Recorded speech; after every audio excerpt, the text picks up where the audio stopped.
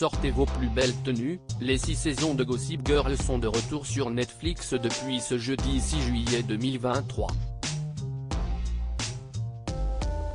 L'occasion parfaite pour lancer de nouveau le premier épisode, 16 ans après son lancement.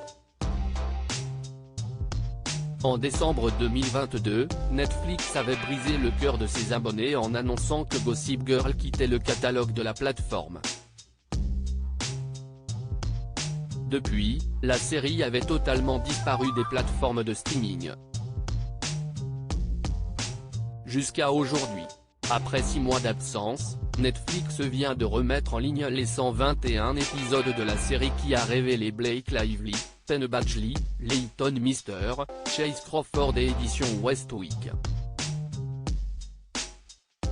16 ans après sa première diffusion à la télévision américaine, Télé Loisirs a donc décidé de revoir l'épisode 1.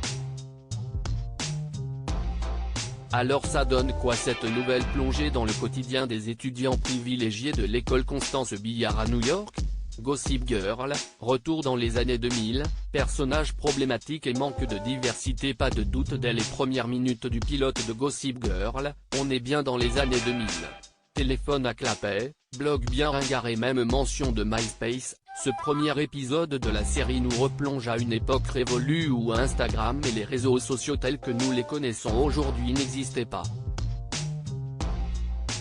Pourtant, la présence de Gossip Girl, cette blogueuse mystérieuse qui traque tous les fans et gestes des riches élèves de Constance Billard, permettait déjà de parler du harcèlement en ligne, même s'il est plus glorifié qu'autre chose dans ce premier épisode, comme dans le reste de la série d'ailleurs.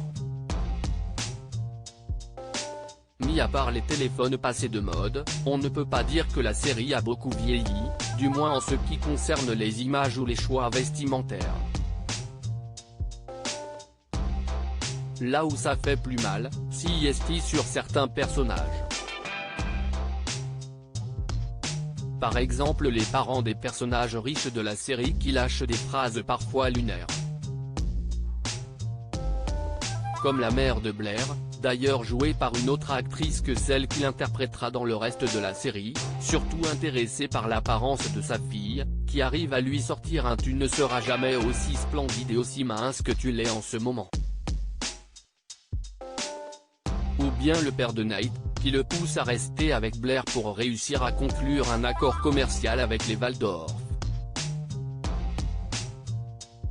Reste encore Lily Van der Woodsen, totalement à côté de ses pompes quand il s'agit de ses enfants, et qui cache Eric du reste de l'Upper East Side suite à sa tentative de suicide.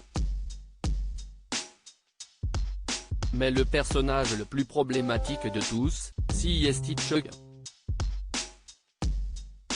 Bien qu'il soit présenté comme le méchant de la série, ses actions ne sont pas moins très dérangeantes.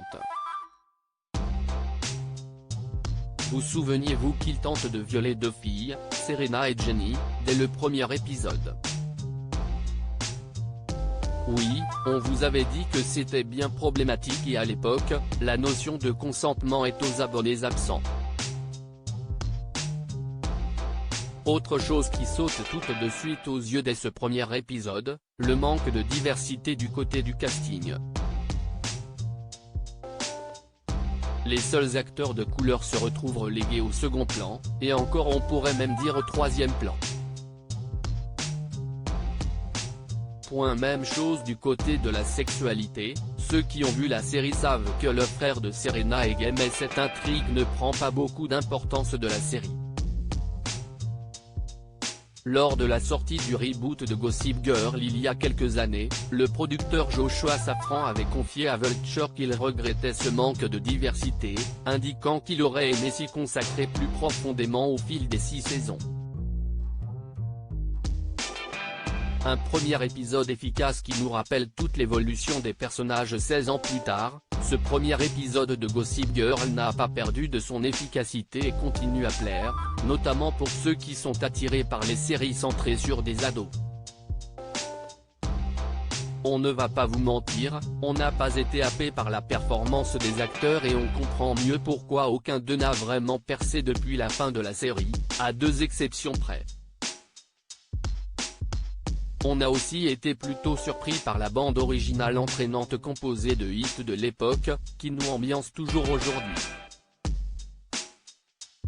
En regardant ce premier épisode, impossible de ne pas remettre en contexte nos souvenirs de la fin de la série. Il est par exemple fou de se rendre compte à quel point les personnages ont évolué au fil des saisons et sont tout l'inverse de ce qu'il était dans le pilote une fois la fin de la série venue. Comme Blair et Chuck, présentés dans l'épisode 1 comme les méchants et qui seront en fait deux des personnages les plus adorés des fans.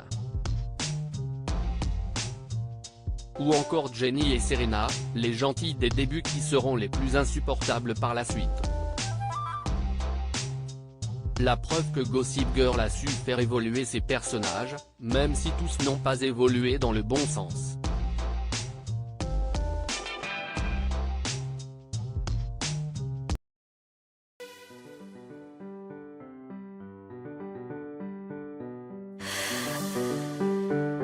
나